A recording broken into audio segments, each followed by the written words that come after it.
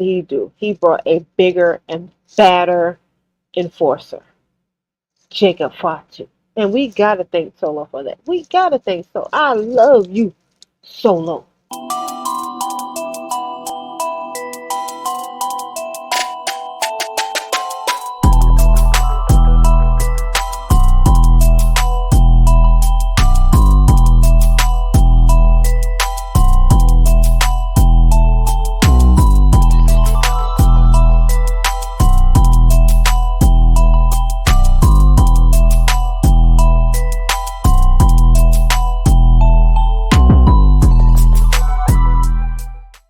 Hey, Candid crew, and welcome back to another episode of If I May Speak Candidly, where we dive into all the wild and craziness in wrestling, both in and out of the ring.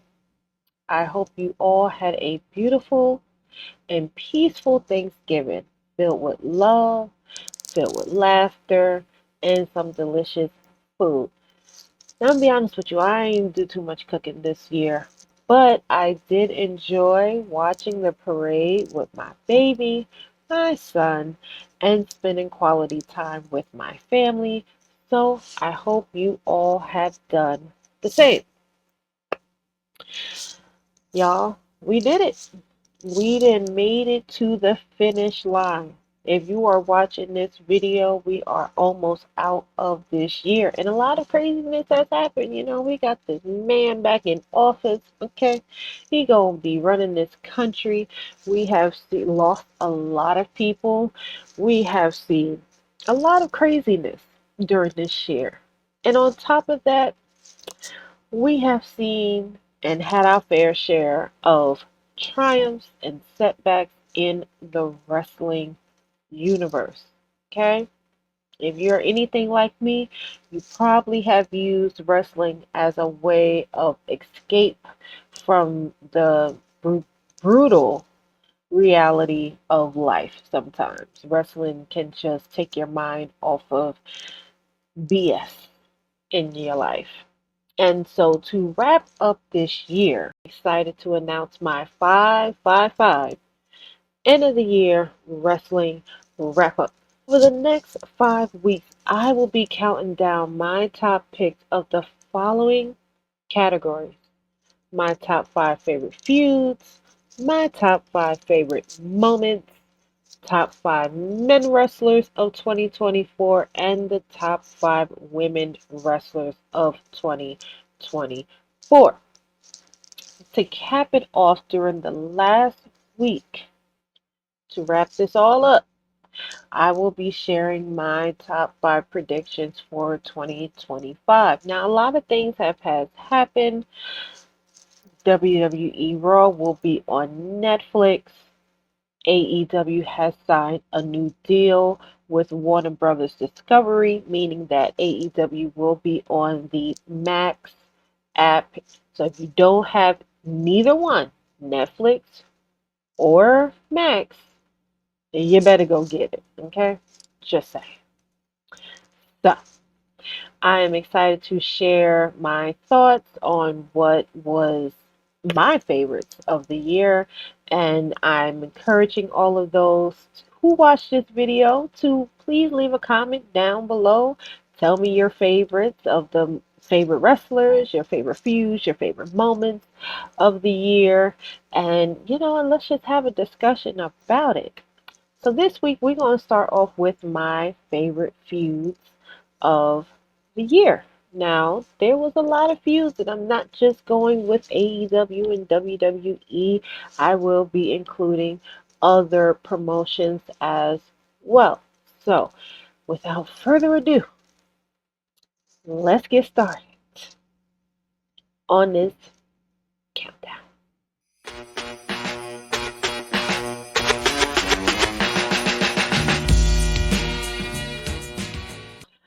Okay, so starting off this countdown at number five, I had to include this feud because even though it wasn't too many wrestling matches between these two men, overall the feud was highly entertaining to me. I thoroughly enjoyed it, and In fact, one of them still proclaims that he hates the other right now, which just, kind of keeps the feud alive. And I'm starting off my countdown with the Joe Hendry versus AJ Francis feud. Now, I got my notes here because, my memory, it ain't as good as it used to be. But, this feud, it really showed a musical side to both AJ and Joe Hendry. Now, they both are musicians, okay? They both are really good at it as well as wrestlers. And I loved how they incorporated their music into the feud. Whether you had I Am on the Cheez It Champion, Banned from Diving, all of those songs that Joe Hendry had created in with AJ in mind. Um, I just overall thoroughly just enjoyed the feud. I thought it was really funny, really hilarious to me. Also, there was a video of when Joe was apologizing to AJ that kind of like blew up. And some people might agree, some people might not, but I do feel like that particular segment, that particular promo is what kind of pushed Joe out past TNA, which ultimately led to his stunt with NXT and WWE. Um, Overall, it really pushed both of them back out there. For those that do watch WWE, we already knew AJ Francis as Top Dollar, part of WWE Hit Row. Um, and I've just always been a fan of Hit Row. And now that you have them all four people separated, and they all in their own respectful places. Swerve is in AEW, B-Fab is killing it on SmackDown. Adonis, he is doing his damn thing in NXT. And then, of course, Top Dollar is Dollar Bill, y'all, in TNA. It works out. It works out for everybody. And um, just seeing the how can I put it? Just overall seeing the partnership between WWE and TNA and just having both brands on each show, whether it's Jordan on NXT or you have Sol Ruka or Ariana Grace on TNA, it just shows that it's always better to work together than separate. And I'm going on a tangent, so I'm not going to go too deep into that, but that is my number 5 on the list of top 5 feuds. Excuse me. Wrapping it up with Joe having 54 matches, 38 wins, 15 losses, and AJ Francis having 57 matches, 36 wins, and 21 losses. My number 4 best feud of 2024 has to go to his former tag team member, former member of Hit Row, Swerve Strickland, and Hangman Adam Page. Now, I went as far as saying that this feud is generational, and it was. I mean, I'm talking The Rock and Triple H. I'm talking Triple H and Stone Cold. I'm talking Undertaker and Stone Cold, Undertaker and Triple H, Undertaker and Kane. I mean, the list goes on. And this is one of those feuds that I think we are going to talk about for years to come. Now, here's the thing. There was a total of what? six matches between these two men. Six matches. And out of those six matches, Hangman won the last one, which was the all out, lights out steel cage match. Now, I first I first really paid attention to this match when they had the Texas death match.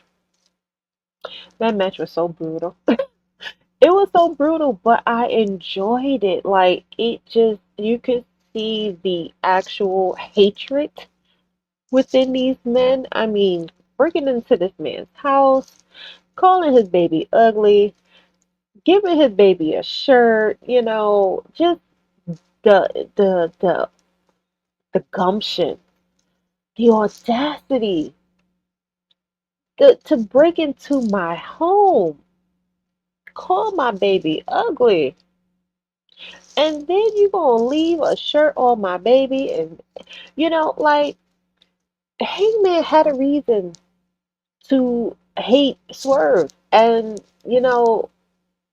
I know that when it came down to finally getting his revenge, which was burning down Swerve's childhood home, a home that he waited most of his adult life to get possession of. And to get the possession of it, and then to have it burned down by your nemesis, who sat there with what I would assume is a cup of Jack or maybe some whiskey, and just feel the heat of this house burning down behind him. And even to this day, Adam still has that clip as his Titran video. Um, you know, is the feud over? It might be. I don't know. I mean, for the first two matches between them two, Swerve defeated him, hands down. And for the next two matches, or maybe it wasn't six, maybe it was five, maybe it was five. For the first two matches, Swerve defeated Hangman. And then you had a draw between them two, which was for the number one contendership, as Samoa Joe was the champion. And then you had the triple threat match between Samoa Joe, Adam, and Swerve, which Samoa Joe ended up retaining. And then, of course, you had the all out match with Hangman finally defeating Swerve. So it was five matches. Five. Um, this was one of my favorite feuds. It was definitely one of my favorite feuds on AEW. They did no wrong in this feud. I thought this feud was absolutely perfect. It played out the way it was supposed to, and Hangman finally got his comeuppance. Okay, he got his revenge, and he did what he had to do. So we are going to wrap up this year with Hangman having 22 matches, 13 wins, 8 losses, and Swerve having 33 matches, 28 wins, and 4 losses. My third favorite feud of this year has to go to Mommy and Mommy, I guess. I guess. Liv Morgan versus Rhea Ripley. Now, this feud, I'm gonna be honest with you. I started off this feud being 100% on Liv's side. When Liv got injured by Rhea last year, and she was gone for 6 months, she came back at Royal Rumble. She didn't win the Royal Rumble, but she came back with one thing in mind, and that was to get her payback on Rhea. And she ended up getting her payback with Rhea. She injured Rhea so bad that Rhea had to vacate her title. During the vacation of her title, if that's even a word,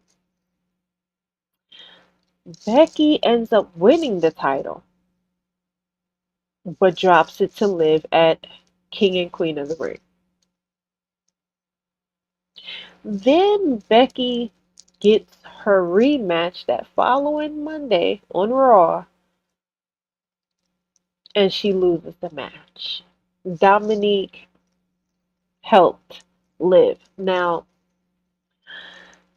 maybe we should have known then that Dominique was up to no good. Maybe we should have known then that Dominique was, playing double sides of the coin. We didn't know. We thought he was just stupid, right? Just doing stupid things. And so Rhea ends up returning. But all in the midst of that returning, Liv is getting her, she's doing her 48 laws of power. She's finessing Dominique, okay? She's gyrating on him. She's filling him up, filling him down as often as she can. She helped Finn and JD regain the damn titles. And the only person in all of Judgment Day that actually kind of he kind of sensed that Liv was up to no good was Damian Priest. He was the only one that kept the eye on her, and it wasn't enough. It wasn't enough. Rhea came back. When she came back, Dominique tried to play it like, yeah, mommy, she been feeling on me, and I don't know, like she just obsessed with me, and I don't want her. I want you, like whatever. Ultimately turns on Rhea at SummerSlam. Had the biggest moment in SummerSlam when Rhea popped her shoulder back in place. I mean, it was crazy. And you would think, okay, Liv won. Liv has ultimately checked everything off her revenge checklist. She then got the title. She then took the man. She then took the family. Like, she then took everything. Everything that Rhea loved and cared for, she took. It's hers now. Is in her possession. And you would think that they would have wrapped this story up by now, but of course, there is still apparently there's still more things that needs to be done when it comes down to the story, and I guess the story will not be over until Rhea regains the one thing that she did not technically lose, and that is her title. Um, I just love the ups and downs of this story, and I just love that they were able to make me go from supporting Liv 100% to supporting Rhea 100%. Like, I just thought that was, like, that's really good storytelling. And so, yeah, the greatest women's champion in the world lives call herself, and Rhea is not done with her yet. They was just involved in War Games a couple of days ago, and Rhea's team won, and Rhea is not done with her. Although she is going to let Io get her title shot, Rhea is not done with her. So, overall, I've just been engaged in this feud from day one. So, to wrap this up, Liv Morgan has had 37 matches, 21 wins, 23 wins, 12 losses, and 2 draws. And Rhea has had 20 matches, 18 wins, 1 loss, and 1 draw. My second favorite feud of 2024 has to go to Timeless Toni Storm and Mariah May. Now, just like the Liv and Rhea feud, This feud didn't have many fights. In fact, this feud only had one fight between the two, and that is when Toni lost her title. You know, the whole buildup of Mariah being announced as a new signee back in November of last year and just coming in as this super fan of Toni Storm. Like, I love you, I look up to you, you're my favorite, blah, blah, blah.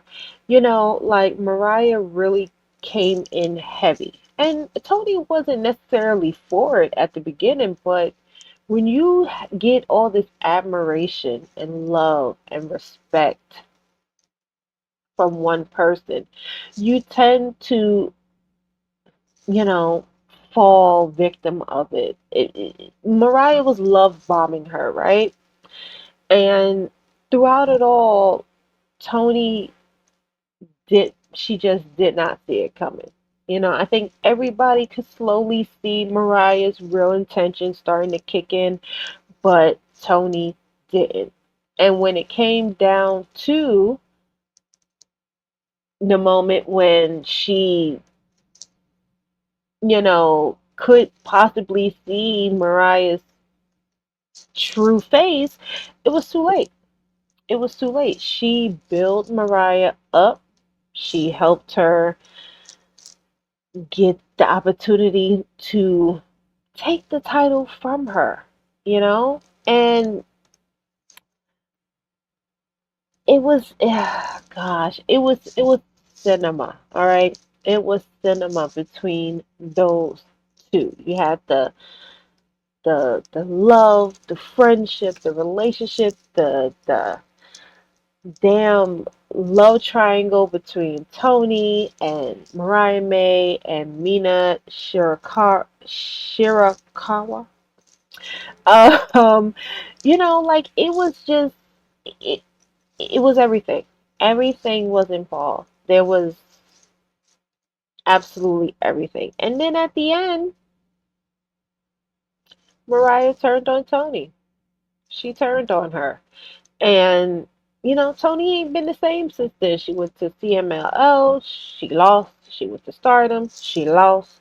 I think she went to either New Japan Pro Wrestling or somewhere else, one of the two, and she lost. So Mariah, I mean, Mariah came and she really fucked up Toni Storm. Like that's pretty much what she did. She came and she just ultimately destroyed Toni from the inside out. And now Toni is talking about she's retiring. I don't think she's retiring. She'll be back soon. But we miss Toni. But right now Mariah is feuding with her lover, Mina. Now that is her rival. If it was me, this is when I would rewrite Toni back into the story. But overall, this whole feud between them two, which the feud was shorter than the story line itself, but just ultimate betrayal. Like that's what makes a good story, betrayal. Toni Storms this year had 27 matches, 23 wins, 4 losses, and Miss Mariah May has had 38 matches, 30 wins, and 8 losses. Now we're down to my last feud, my number one feud of the year. And you know what? I don't even need any notes for this because I didn't follow this story from the beginning, okay? And it is the OG bloodline versus the new bloodline. And I think we knew this was going to happen eventually. We've seen Jimmy kind of cut off Roman. We saw Jay cut off Roman. We have seen the family just fall apart. We have seen the final boss, The Rock, kind of step in, and handle things because obviously he felt Roman couldn't. And then of course, through the whole mix of it all, you had Solo, the quiet, observant soldier, the enforcer, who's just standing there, taking in everything. And throughout it all, they're hinting that Solo is going to be the next one up. Roman have said it, the Usos have said it. If there was anybody they preferred to be the tribal chief, it was Solo. Roman had said Jimmy was never going to be tribal chief. Jay lost his opportunity of being tribal chief.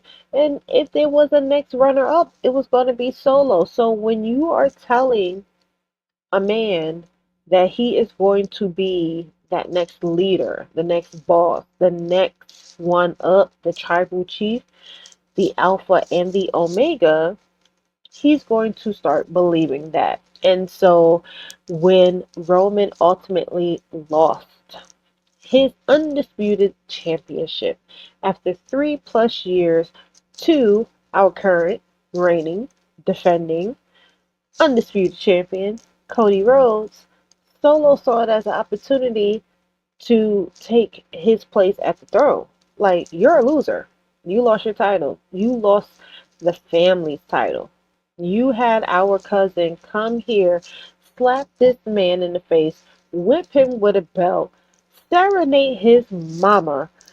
All of this that this man has came and done, as well as help you throughout it all, and for you to just lose our title, how are you gonna lose our title? It wasn't your title anymore. It was our title, and you lost our title. So, you know, do I acknowledge Solo? At times I did. I ain't gonna lie to y'all. Please, please hold all the booze until after the show. Okay? Like there was some times I had to acknowledge Solo. Like Solo, he stepped up. He stepped up when Roman disappeared. He stepped up when the bloodline seemed like it was no more. And what did he do? He brought a bigger and badder enforcer, Jacob Fatu. And we gotta thank Solo for that. We gotta thank Solo. I love you, Solo. We have to thank Solo for that because we have gotten some of the best moments with the bloodline due to Tama Tonga, Tangaloa, and Jacob Fatu. See, I got all their names right this time. We had some big moments with them being there, and even though you know, if y'all watch the Bible series, Solo, they took my man out. They took him out. You know, I gotta respect Solo because Solo went out like a G. Okay, he said, "I'm still the tribal chief," and he got his ass handed to him. But he ain't go out like no punk. He ain't go out like no punk. He handled his own. He stood 10 toes down and faced all five of those men in the ring and got his ass whooped like a G. You know. And if y'all don't give Solo credit for that after that, I don't know what. You know. But now we got Roman. Roman is back as tribal chief. I mean, he was never not the tribal chief, but he's just the original tribal chief. And, you know,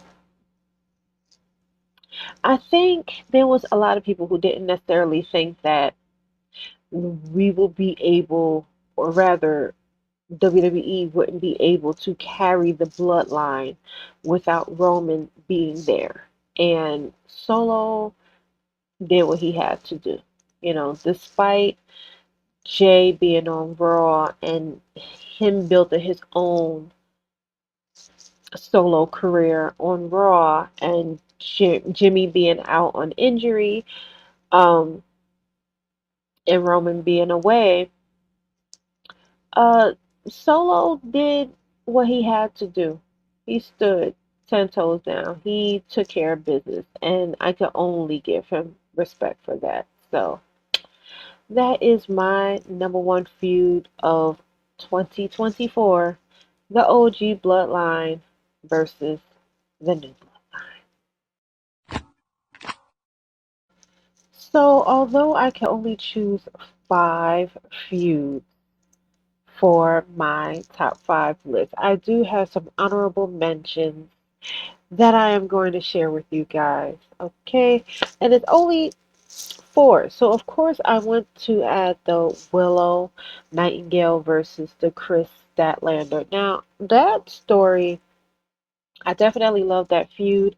Um, just Chris ultimately turning on Willow with that little milk dud, Mr. Stokely, being in her ear, just pretty much churning on Willow. I thought that was an ultimately a good storyline, and I loved that match that they had that tied up that feud and that scene of Chris doing the split on the thumbtacks. I think that was just that match 8. Okay, let me tell you that match 8. Okay, no crumbs. Um, so that is my one of my honorable mentions. The next one, of course, is the Trick Williams versus Carmelo. Okay, look, I had to choose, guys. I had to choose, and of course, I would have loved for that to have made it on my list, but that was an important feud for NXT, and just Carmelo doing the typical WWE storyline, which is the friend becomes the foe. You didn't got too big for your britches. You didn't got too popular. You too popping now. So I got to dumb you down. I have to cool off the heat that you're getting right now. And so that was a really good feud between them two. And I'm sure whenever Trick is called up to the main roster, or whether Carmelo comes back to NXT, just to be a torturer or whatever, I'm sure they will run that back. I'll be looking forward to that as well. I thought that was a really, really good feud. Then you had the Lola Vice versus Shayna Baszler. That underground match, to this day, I still feel like Shayna should have won that match. Shayna should have won that match. That's really all I gotta say about that. I mean, it was a good match. It was a really good match, but Shayna should have won that match. Like, I do like Lola. I like Lola. Lola grew on me. Lola grew on me, but yeah, Shayna should have won that match. And my last honorable mention for feuds of 2024 goes to Miss Trinity Fatu and Banoffee. Okay, my girl was losing that battle to the Banoffee pies. I mean, every single time she went overseas, she was tearing those pies up, and them pies started winning. Them pies started beating Trinity, hands down. They didn't give her a chance. Had her by her wig. She couldn't get up. She was windmilling, and it was windmilling back. She just couldn't beat them. And I don't know if Trinity will ever be able to beat Banoffee, because it's like me with fried food. Like, fried food is always gonna have me in a chokehold. Fried chicken, French fries, fried fish, fried. like it's always going to have me in a headlock. So, yeah, I'm feeling for my girl. Please send her some healing strength as she continues her battle with the Zimanofi pie. And those are my honorable mentions of the feuds for 2024. So, guys, thank you for tuning in to the first week of the 555 end of the year wrestling wrap up. I hope you enjoyed my list. Whether you agree or disagree, what do you think? Did you like the Bloodline storyline? Did you think that was the number one feud? Was there another feud that you preferred? What did you think about the Swerve and the Hangman Adam Page? Do you think that they will pick up the feud again? I think they shouldn't, but they still hate each other, so I think there's a possibility, right? I wish there was a few. I wish Bianca had a feud that was more uh, affirming because I would have loved to have put Bianca on my list of feuds like the years before her feud with Asuka, her feuds with Damage Control, her feuds with Becky Lynch. Like Bianca has had a lot of great feuds with women in the past. I'm hoping that this year coming up, that Bianca and Jay, that's money. I'm hoping that happens. I don't know who will be the face and who will be the heel. Bianca's kind of giving heel-ish, like she a little heel. So I would love to see Binky from NXT come back, even if it's for a short period. But I would love to see that. So yeah. So again, thank you for tuning in to the podcast. Please make sure that you like, share, comment, and subscribe down below. Let me know what your favorite feuds of the year is. I'm all ears. I want to hear. And take care of yourself. Take care of those that you love. And I will see you next week. Bye.